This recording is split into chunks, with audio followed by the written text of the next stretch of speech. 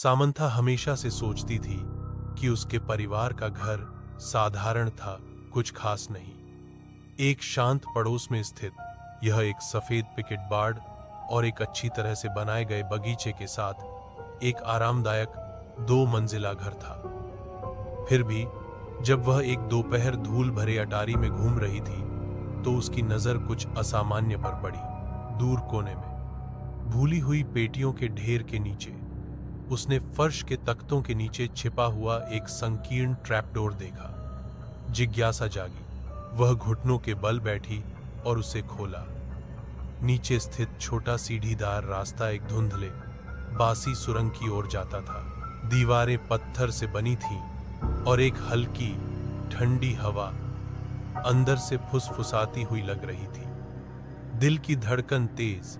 Samantha सावधानी से नीचे उतरी, उसकी टॉर्च अंधेरे को चीरती हुई। सुरंग उसकी अपेक्षा से कहीं अधिक लंबी फैली हुई थी, जो पृथ्वी के नीचे मुड़ती और मुड़ती थी। उसे यह महसूस हो रहा था कि वह अतिक्रमण कर रही है, कि कोई उसका इंतजार कर रहा है।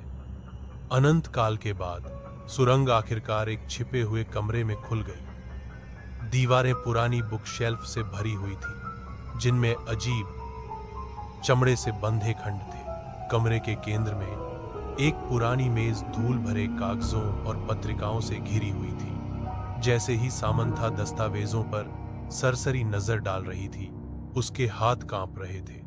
अभिलेखों में निषिद्ध अनुष्ठानों और गुप्त समाजों की बात की गई थी, जिसमें उसके परिवार का नाम बार बार उल्लेखित था। सुरेश की आंखें फैल गईं। उसने धीरे से अर्जुन के कंधे पर हाथ रखा और फुसफुसाया। उसके पैर जमीन को छू नहीं रहे।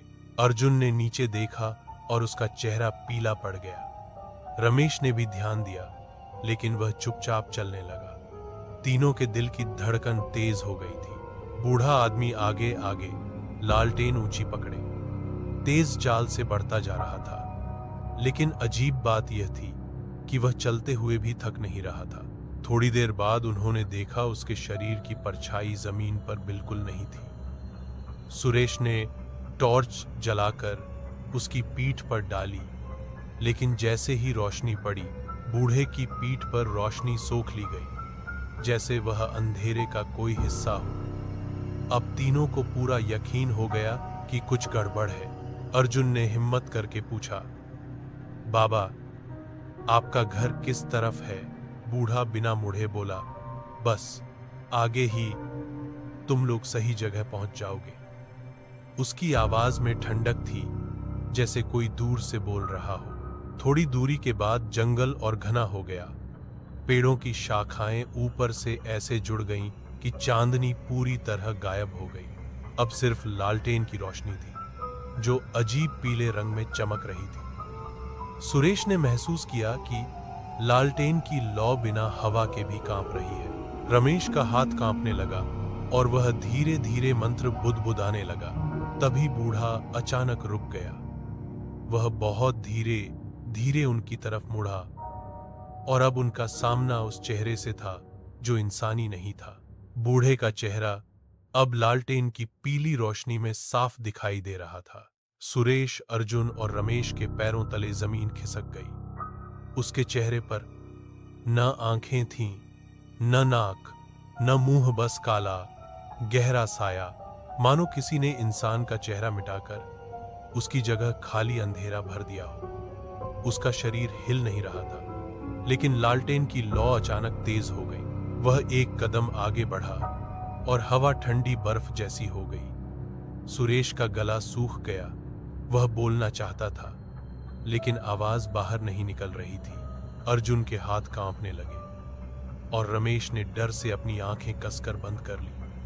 बूढ़ा भारी गूंजती हुई आवाज में बोला, तुम लोग बच नहीं पाओगे। उसकी आवाज चारों तरफ गूंज रही थी, जैसे जंगल की हर शाखा में वह बोल रहा हो। अचानक लालटेन बुझ गई।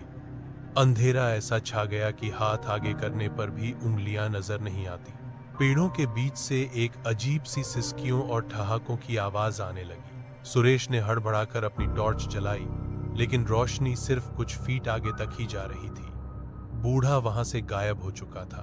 उनके आसपास सिर्फ ठंडी हवा और सूखे पत्तों की चरमराहट थी। लेकिन कुछ सेकंड बाद उन्हें अपने पीछे पैरों की आहट सुनाई दी। तीनों ने मुड़कर देखा।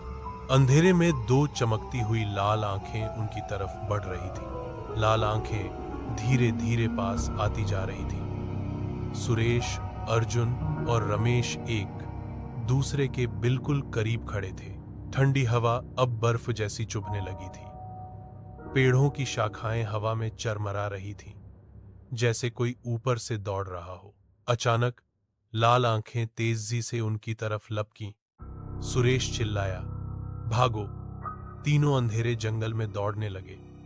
उनके कदम सूखे पत्तों पर पड़ते तो तेज चरचराहट गूंजने लगती। पीछे से वही पैरों की भारी भारी आहट उनका पीछा कर रही थी। रमेश का पैर फिसला और वह जमीन पर गिर पड़ा। अर्जुन ने उसे उठाने के लिए हाथ बढ़ाया, लेकिन तभी दोनों ने देखा, अंधेरे में वही बिना चेहरे वाला बूढ़ा रमेश के बिल्कुल पीछे खड़ा था। उसके हाथ लंबे और पतले हो गए थे, नाखून पंजों जैसे, और उनसे ठंडी भाप निकल रही थी। सुरेश ने रमेश को जोर से खींचा और तीनों फिर दौड़ पड़े। अब हवा में अजीब सी बदबू फैल गई थी, जैसे गली हुई लकड़ी और मरे जानवर की गंध हो। उनके कानों में भारी भारी सांसों की आवाज गूंज रही थी। अचानक दूर एक पुराना लकड़ी का पुल दिखाई दिया।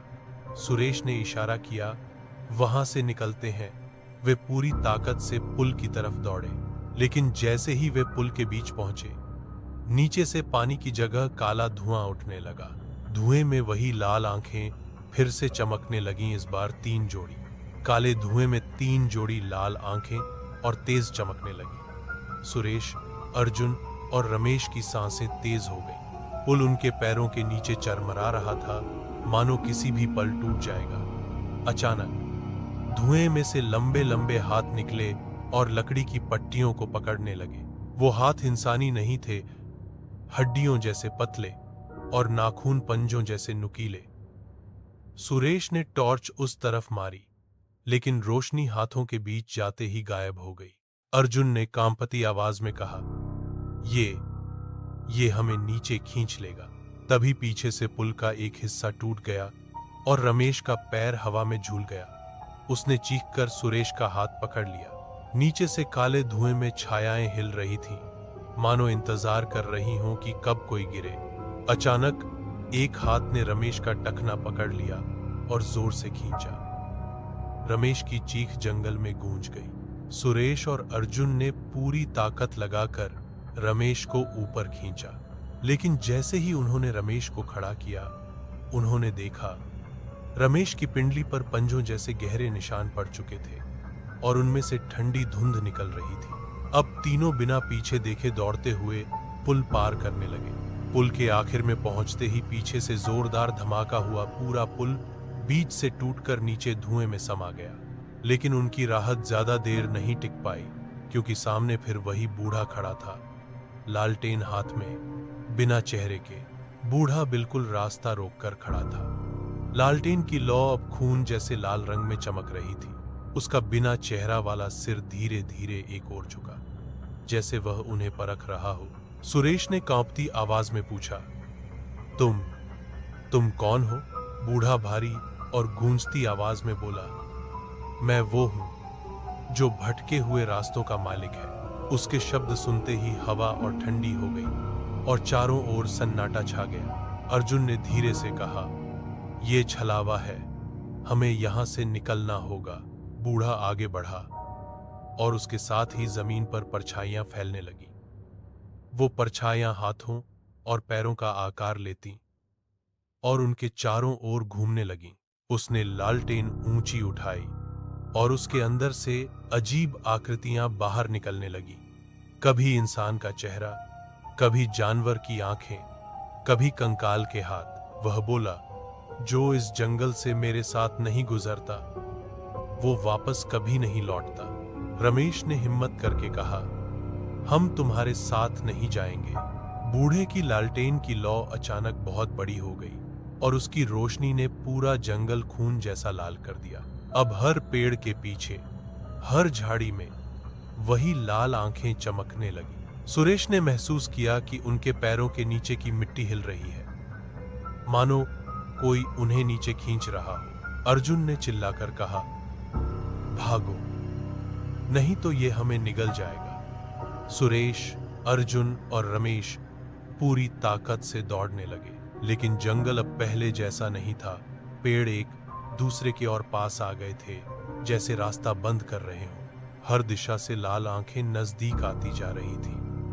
अचानक बूढ़ा उनके ठीक सामने आ गया, जैसे वह हर जगह एक साथ हो सकता हो। उसने लालटेन जमीन पर पटकी और उसके टूटते ही चारों ओर से काले धुएं के भंवर उठने लगे। वो भंवर मानो जीवित हो और उनके अंदर खींचने की ताकत हो। रमेश का पैर एक भंवर में फंस गया और वह धीरे धीरे नीचे धंसने लगा। सुरेश और अर्जुन ने उसे खींचने की कोशिश की, लेकिन उनके हाथों में बर्फ जैसी ठंड भर गई। बूढ़ा हंसा। उसकी हंसी इंसान जैसी नहीं थी, बल्कि किसी खाली गुफा में गूंजती चीख जैसी थी। वह बोला, अब तुम भी मेरे रास्ते का हिस्सा बनोगे। तभी अर्जुन ने जेब से वह छोटा सा ताबीज निकाला जो उसकी दादी ने दिया था। उसने उसे ऊंचा उठाकर जोर से मंत्र पढ़ा। ताबीज से सफेद रोशनी फूटी और काले भंवर एक पल में बिखर गए। बूढ़ा दर्द से चीखा और पीछे हट गया। उसकी लालटेन बुझ गई। इस मौके का फायदा उठाकर तीनों ने पूरी ताकत से जंगल पार किया। आखिरकार उन्हें दूर गांव की बत्तियां दिखी और वे वहां पहुंचकर गिर पड़े। उस रात के बाद उन्होंने कभी उस जंगल की तरफ मुंह नहीं किया। लेकिन लोग कहते हैं बूढ़ा आज भी वहां है, बस किसी नए शिकार का इंतजार कर रहा है। अगर इस कहानी ने आपके दिल की धड़कन बढ़ा दी हो तो हमारे चैनल को सब्सक्राइब करके इस डर का हिस्सा हमेशा अपने साथ रखिए।